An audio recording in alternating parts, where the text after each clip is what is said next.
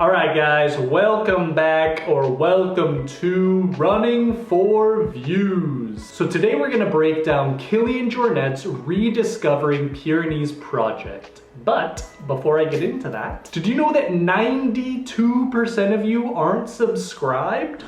Subscribe now to join the official Kilian Jornet fan club. Everyone's doing it, you want to be left out? Well, do ya? So when Kilian posted on his Instagram and said this was the hardest thing that he has ever done, I knew that I had to make a video on it. I mean, I am Kilian's #1 fan. So for those of you who don't know, Kilian grew up in the Pyrenees Mountains. He was raised in a little mountain hut called Refugi del Cap, which sits at 2,000 meters above sea level. The Pyrenees Mountains are the mountains that separate Spain from France. I traveled to the French side of the Pyrenees this year, and it was one of the most beautiful places I've ever seen in my whole life. So at the age of 3, Kilian climbed his first 3,000 meter peak, Tuc de la Molières. By the age of 5, he had climbed Aneto, which is the highest peak in the Pyrenees. And by the age of 6, he climbed a 4,000 meter peak called Brightonhorn. So Kilian did stuff as a toddler that I haven't even gotten close to doing.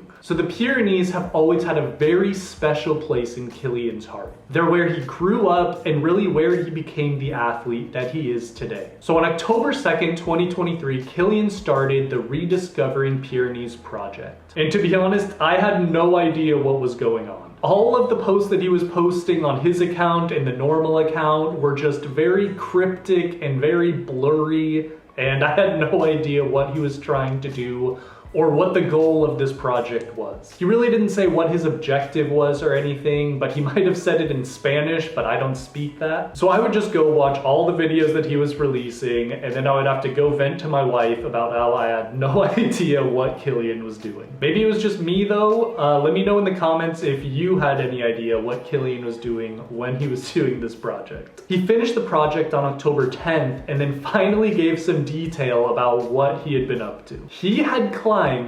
177 3,000 meter peaks in the Pyrenees. In 8 days, he had summited 177 mountains in the Pyrenees. That's insane. So after doing some more research, I found out that there are 212 3,000 meter peaks and secondary peaks in the Pyrenees mountain range, which means Kilian climbed 83% of the 3,000 meter peaks in the entire mountain range of the Pyrenees. And the reason he climbed all these 3,000 meter peaks was because you guys tell me, I have no idea. I mean, he said the reason why he did it was because he got injured and couldn't run UTMB this year, but why? I still don't get it.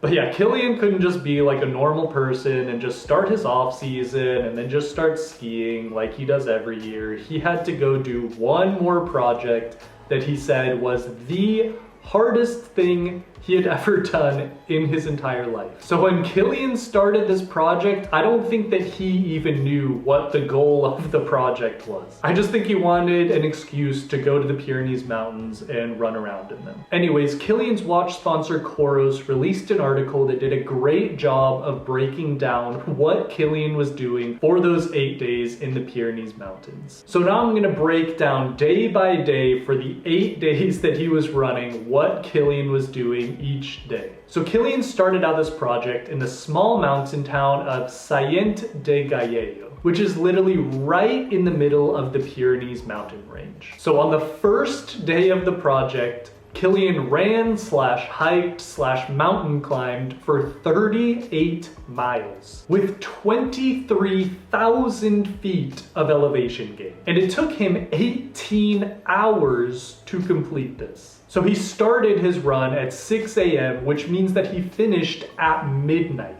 So after finishing day 1, he got 8 hours of rest, not sleep, rest. which is an important detail which I'll get into a little bit later in the video. And then he was ready to start the next day. Day 2, we got a 35 miler with 18,000 feet of elevation gain that took him 19 hours to do. And remember, this is not paved trails or little switchbacks going up the side of a mountain. This is him literally scaling and scrambling up mountains. Then he got 5 hours of rest and was ready for the next day. So on day 3, we got a 25-mile run with 16,000 feet of elevation gain that took him 15 and a half hours to complete. And keep in mind that this whole time he's basically climbing on the border of France and Spain. So I would say he spent about equal time in France as he did in Spain. So then that night he got 8 hours of rest, and then it was on to day 4. Day 4, he started with a 7-mile run with 4,000 feet of elevation gain that took him 4 hours to complete. Then he hopped on a bike, which apparently was part of the project. Who knows if he was planning on doing this, but he hopped on a bike, rode 20 miles to the next place he was going to, and did another 13 hours of climbing with a total distance of 22 miles and 13,000 feet of elevation gain. I literally feel like he was just making this up as he went along. But knowing Kilian, he had this planned out meticulously, but don't you think it just seems a bit random? So finishing day 4, he got 5 hours of rest, and then it was on to the next day. So day 5 was the most insane day of them all. 44 miles with 26,000 feet of elevation gain that took him 31 hours to complete. So you know how earlier in the video I said I would get more into why Kilian's rest time was important during this project? It's because on this day he got 0 hours of rest. He started at 9 a.m. and then went until 4 p.m. the next day. Straight through the night, no sleep, nothing. See what I mean about this project just feeling so random? He was averaging about 6.5 hours of sleep per night, which is pretty normal, and then went from 6.5 to 0.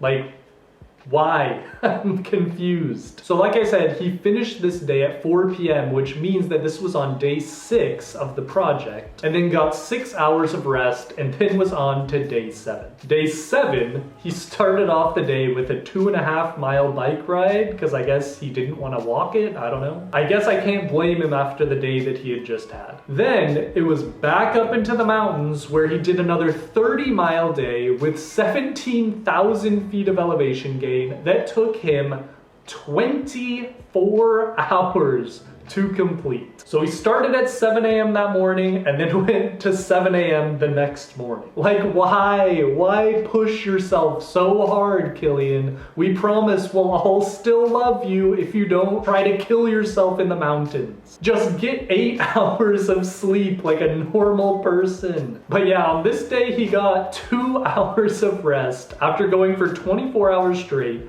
2 hours of rest from 7 a.m. to 9 a.m. and then was back at it. So on day 8, Kilian started out the day with a 12-mile bike ride, followed by a 24-mile run with 13,500 feet of elevation gain that took him 13 hours to complete. Then it was back on the bike for 31 miles, followed by 1 hour of rest, then 10.5 miles in 5 hours with 7,000 feet of elevation gain to wrap up the project. He finished the project at 8 a.m. on day 9 at the top of Pica d'Estats.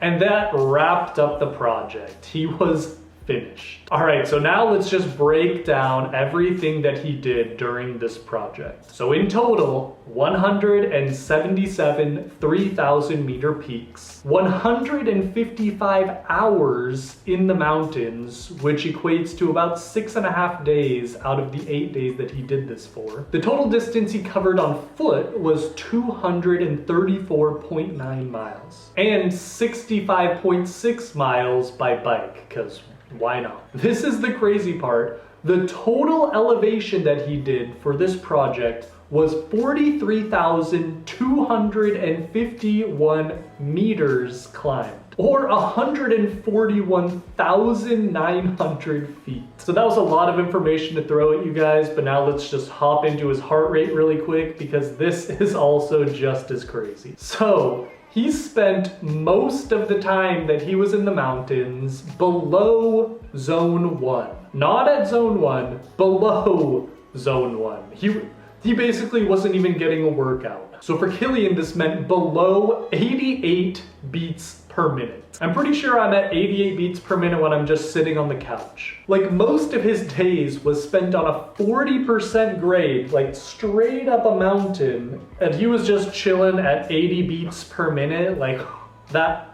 Insane. So here's the breakdown. Kilian spent 86% of his time below zone 1, or below 88 beats per minute. He spent 11% of the time in zones 1 and 2, and spent 3% of the time in zones 3, 4, and 5. So literally, this project was a walk in the park for Kilian, because my walking heart rate is an average of 105 beats per minute. But yeah, guys, that pretty much wraps up the Kilian Jornet Rediscovering Pyrenees project. Thank you so much for watching. If you have any questions for me, throw them in the comments below. If you enjoyed the video, please subscribe, and if you liked the video, smash that like button, because one like equals one more summit that Kilian will climb. Okay, bye.